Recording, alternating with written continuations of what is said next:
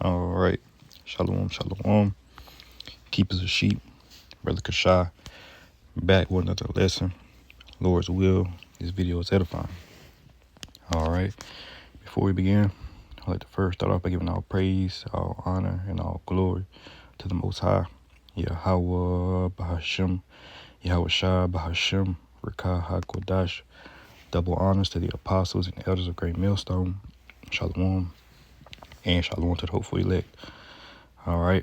And as you can see, today's lesson will be titled Satan Comes in Seasons. Okay. And of course, today's lesson is inspired through the spirit and power of Yahweh, Bahashem, Yahweh Shai, Bahashem, Rekah HaKodash. All right. But today's main focus will be exhortation. All right. Comforting. All right. And, once again, Lord will, this video is edifying.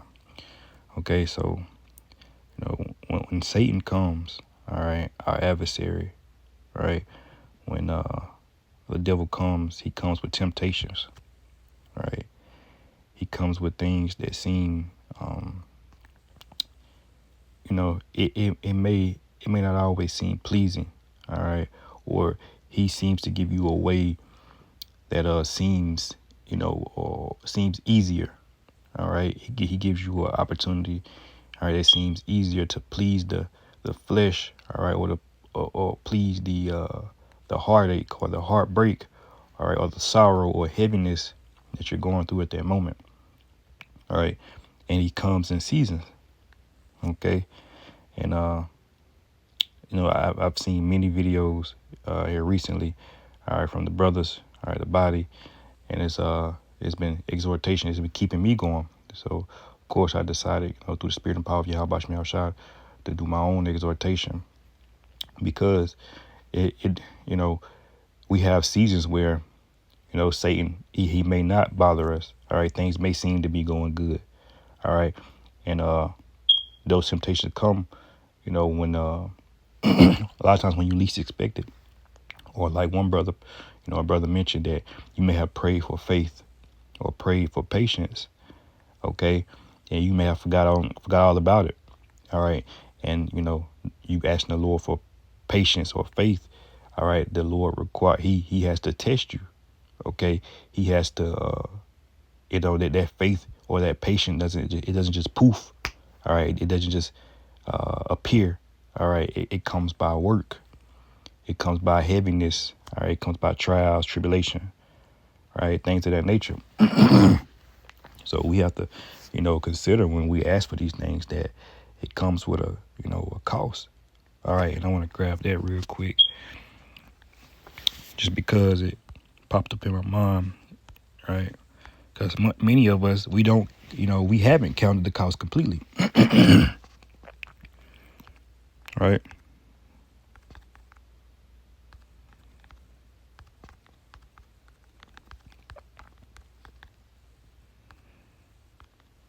Bear with me real quick.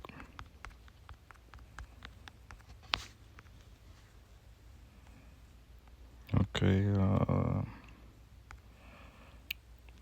I got this in Luke 14:28. And it says, "For which of you intending to build a tower sitteth not down first and count the cost, whether he have sufficient to finish it?" Right. So, you have to count the cost coming into this truth, man. All right. The Lord said that we would face the fiery trials, man. He said, thinking not strange. All right. And he said, temptations, when you come to prepare the Lord, Salakia. All right. When you come to serve the Lord, prepare thyself for temptation. All right. Roughly paraphrasing, man. So these are the things that we don't always consider. Okay. You do your lessons, you go out to camp. All right. You rebuke yourself, so often. All right. But you forget that there are trials and tribulations, things that you're going to have to face in this truth. All right. You're just going to have to go through it. All right. And it's a beautiful thing. All right. Because once you get the insight, you realize that, this is all, just the trying of your faith. You're just being tested, all right? And then like gold, right? You've been tried like gold in the fire, man. So, keep that insight to help you endure this thing, man. So, let's see. Yep, we could start in Job, of course. Okay. And, we all heard the patience of Job. All right, that's a great example. Many other of our forefathers, right? Let's get Job 1. Salakia. Job 1 and 1. And it reads, there was a man in the land of Uz whose name was Job. And that man was perfect and upright, and one that feareth the Most High, and eschewed evil. And there were born unto him 7 sons. His substance also was 7,000 sheep, and 3,000 camels, and 500 yoke of oxen, and 500 she asses, and a very great household, so that this man was greatest of all the men of the east. See, there it is. The Lord may give you everything you need or everything you want in a particular season. Okay, things may be going well on a job. Things may be going well in your homes. All right, your health. All right, your businesses, brothers who have businesses, whatever. All right, things may be going perfect. All right, and you're grateful. All right, you give up. So it isn't about things you have done. All right, it's just about the Lord trying you or testing you at that particular time, man. Because again, the Lord will let you. He'll let you live nice, man. All right. I want to skip down to verse 6. I can just finish. I'll just pick back up at 4. It says, and his sons went and feasted in their houses, every one his day, and sent and called for their 3 sisters to eat, to drink with them. And it was so, when the days of feasting were gone about, that Job sent and sanctified them, and rose up early in the morning, and offered burnt offerings according to the number of them all. For Job said, it may be that my sons have sinned and cursed the Most High in their hearts. Thus did Job continually. All right, so he prayed for his children, right? As we should today. Not even our children, but those of the elect, all right, those of the body. All right. Verse 6, it says, now there was a day when the sons of God came to present themselves before the Lord, and Satan came also among them. All right, so before this day, everything was good. All right, Job, his children were feasting, all right, and enjoying the inheritance that they inherited from their father, all right, enjoying his wealth, all right, and a day came, right? It says, verse 7, it says, and the Lord said unto Satan, whence comest thou? Then Satan answered the Lord and said, from going to and fro in the earth, and from walking up and down in it. All right, so Satan here is upon the earth. Satan, our adversary, he's not, the devil is not some red man with horns under the earth, all right, in a chamber of fire, okay, with a pitchfork, okay. No, the Satan's spiritual demon Satan, all right, is our adversary, all right. You have to understand that this is a spiritual, all right, battle, okay. Of course, we're tempted on a carnal level with certain things, but it begins in the spirit. All right, it begins with the, with the conversation the Lord had with Satan. All right, it begins in the heavens. All right, because you have to understand when these angels, all right, these because Satan himself is an angel. All right, when they came before the Lord, they came to the Lord. They came to the heavens. All right, the Lord didn't come to them. All right, let's read it again. It says, now there was a day when the sons of God came to present themselves before the Lord. Okay, so they came to the heavens. All right, there's counsel in the heavens. Okay, And the Lord said unto Satan, all right, whence comest thou? Then Satan answered the Lord and said, all right, from going to and fro in the earth, and from walking up and down in it. So how is Satan walking up and down in it? All right, he's taking on the form of different, different people, because Satan can hop on whoever he likes, man. All right, he's taking the form of family members, people on the job, okay, your loved ones, all right, the police, okay, whatever it may be at that particular moment. And the Lord said unto Satan, has that considered my servant Job? All right.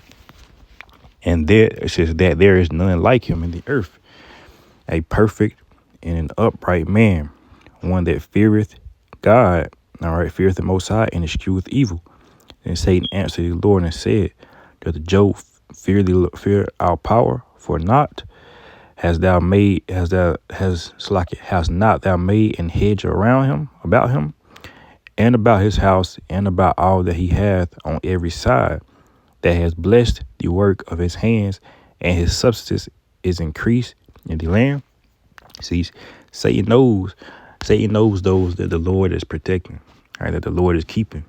So Satan has to have permission from the Lord to try you, all right, to test you, all right, to do things in your life, because Satan knows, the Lord has his elect, all right, those who, they're off limits. Because again, like I said, there's times where in life, you may not, the Lord may not have a hair on your head to be touched. Okay. The Lord keeps you from car accidents. He keeps you in good health. He keeps money in your pocket, keeps food on your table, protects your kids. All right. Because why? There's a hedge around you. Okay. That this is not, of your own doing. All right, this is grace. This is mercy. All right, from the Most High. Verse 10, it says, I read 10. Verse 11, it says, but put forth thy hand now and touch all that he hath, and he will curse thee to thy face. All right, and the Lord said unto Satan, behold, all that he hath is in thy power. Only upon himself put not forth thy hand. So Satan went forth from the presence of the Lord, and there was a day when his sons and his daughters were eating and drinking wine, and their eldest brothers came in their eldest brother's house. So this is a season, right? He says, and there came a messenger unto Job and said, the oxen were plowing and the asses feeding beside them. And the Sabines fell upon them and took them away. Yea, they have slain the servants with the edge of the sword, and I only am escaped alone to tell thee. Right. It says, while he was yet speaking, there came also another and said, the fire of the Most High is fallen from heaven and hath burned up the sheep and the servants and consumed them, and I only am escaped alone to tell thee. Verse 17, while he was yet speaking, there came also another and said, the Chaldeans made out 3 bands and fell upon the camels and have carried them away, yea, and slain the servants with the edge of the sword, and I only am escaped alone to tell thee. And see, that's the thing. When these trials come, they usually come back to back. All right, one after the other. All right, and for brothers, we have our own testimonies, but me myself, I can attest to going through things, and then next thing you know, it's something else, right? It may be one thing, and then this, then that, right? And at the moment, you're like, okay, yeah, this is this is the trying of my faith, this is the test, but then it lingers. All right, it doesn't stop when you want it to stop. All right, it doesn't feel better when you want it to feel better, even after you pray for it. All right, that's why Satan comes in seasons. He's allowed to visit you in seasons. All right, meaning he doesn't stop until that season is over. Okay, so he's gonna do as much as he can in that season to sift you. All right, we'll grab that real quick. Satan has desired to sift, right? Because we're in that sifting season, right?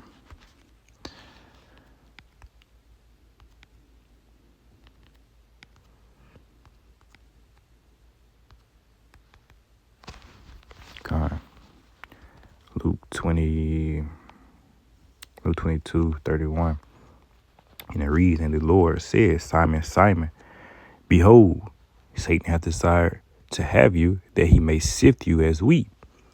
But I have prayed for thee, that thy faith fail not, and when thou art converted, strengthen thy brethren. And he said unto him, Lord, I am ready to go with thee, both into prison and to death. And he said, I tell thee, Peter, the cock shall not crow this day before thou hast thrice denied that thou knowest me.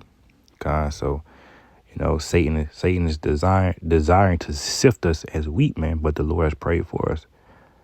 All right, meaning there's nothing that can keep us, all right, from that faith, all right, from keeping that faith, for having that faith in the Most High Yahweh Bashim Yahushua, right?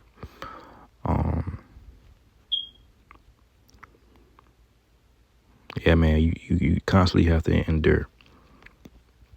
Okay.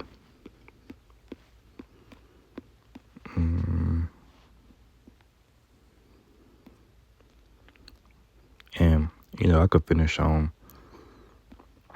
but brothers know the story of Job. Okay, so I suggest that you go read it.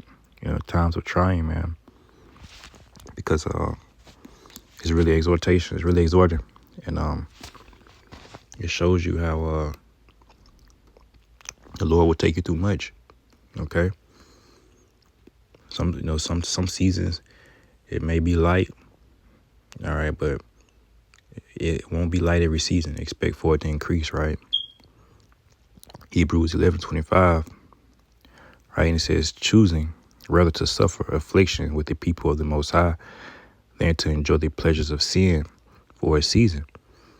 All right, so you can either suffer for a season, or you can enjoy sin for a season, which we know sin leads to what? Leads to death, man. And that's Job's, that's his MO, to sift you, right?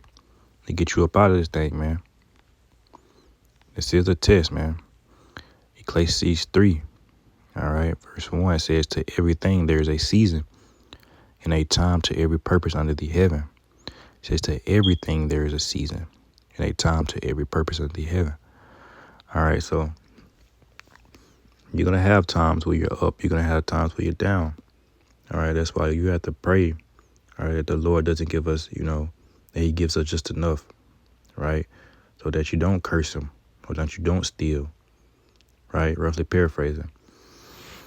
You have to be content, all right, with what you have. Less is more. I've always lived by that. Less is, and it's absolutely true. Less is more. Okay. Psalms 30:5. All right, says, for his anger endureth but for a moment. Because a lot of this is just chastening. Okay. Because a lot of times, let's be honest, we go off, man. We go off, we get prideful, we put ourselves in certain situations, and we don't like to acknowledge it. But you have to acknowledge your sins. Okay, you have to acknowledge the fact that we went off, man. Okay, it's really a purifying, all right, experience, man. Okay, it says, for his anger endureth but for a moment, and his favor is life. Weeping may endure for a night, all right, but joy cometh in the morning. Okay, so of course you're gonna have to weep. That's what the Lord wants to see. He wants to see you. He wants to see you actually repent. He wants to see you actually sorrowful. He wants to see that. All right. So, of course, we're strong. All right. But he's strong when we're made weak, man. Okay. And that's what matters. So the Lord wants to see you. He wants to see you go through it. Actually go through it. Okay. Not try to find quick fixes. All right. You have to actually go through it. You have to actually suffer. All right. You have to actually be patient. Okay. 1 Peter 1:6. All right, it says, wherein ye greatly rejoice, though now for a season, if need be, ye are in heaviness through manifold temptations. God, so, hey man, we're all, we've all been through something. All right, we're all going through that heaviness. Okay, it's wherein ye greatly rejoice, though now for a season. All right, but hey, you have to understand that rejoicing is only for, that peace that comes from this side is only for a season. And the nothing here is, because in the kingdom we'll have everlasting joy, everlasting peace. But everything here is, is seasonal, comes and goes, ups and downs. Right? Galatians 6:9, it says, and let us not be weary in well doing, for in due season we shall reap if we faint not. You have to endure to the next season, man. Because the next season may be a better season than the previous one, or it may be worse. Okay. But if you don't endure it the first time, what do you think is going to happen the second time? Okay.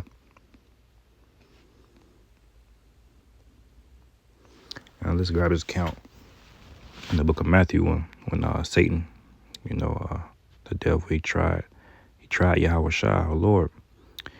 This is Matthew chapter 4, verse 1.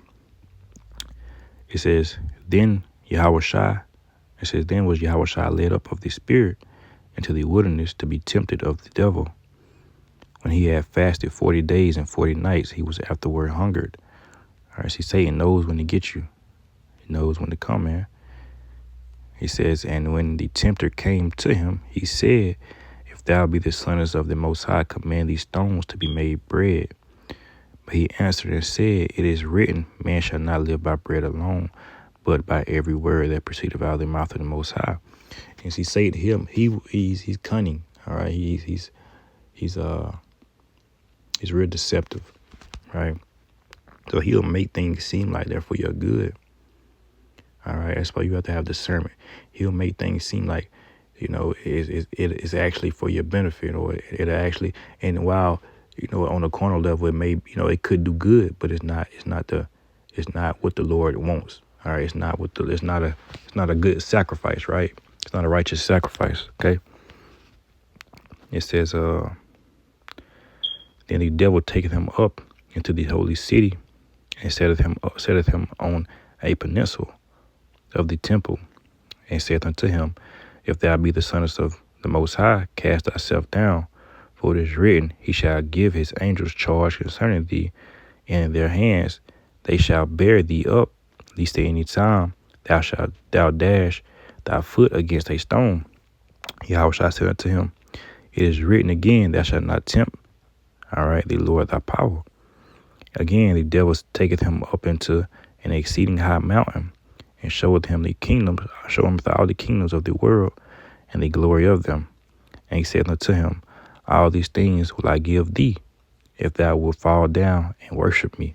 All right, so even the Lord himself was tried. And the scriptures says what? The servant is not greater than his master. Okay? And the Lord was tried on a high level, man. Right?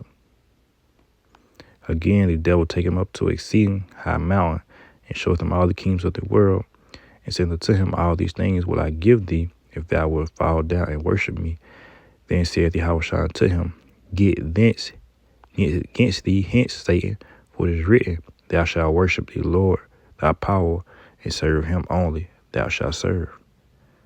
Kind, man. So you have to rebuke Satan, man.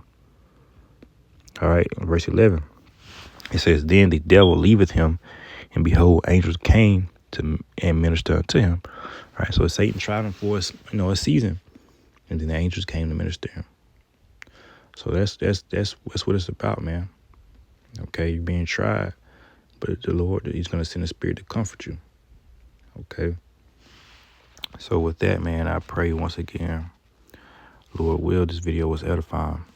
Until next time, I'll let it close out by giving all praise, all honor, and all glory to the Most High, Yahweh Bahashem, Yahweh Shai Bahashem, Rakah HaKodash, double honors to the apostles and elders of the great millstone. Shalom, and shalom to the hopeful elect.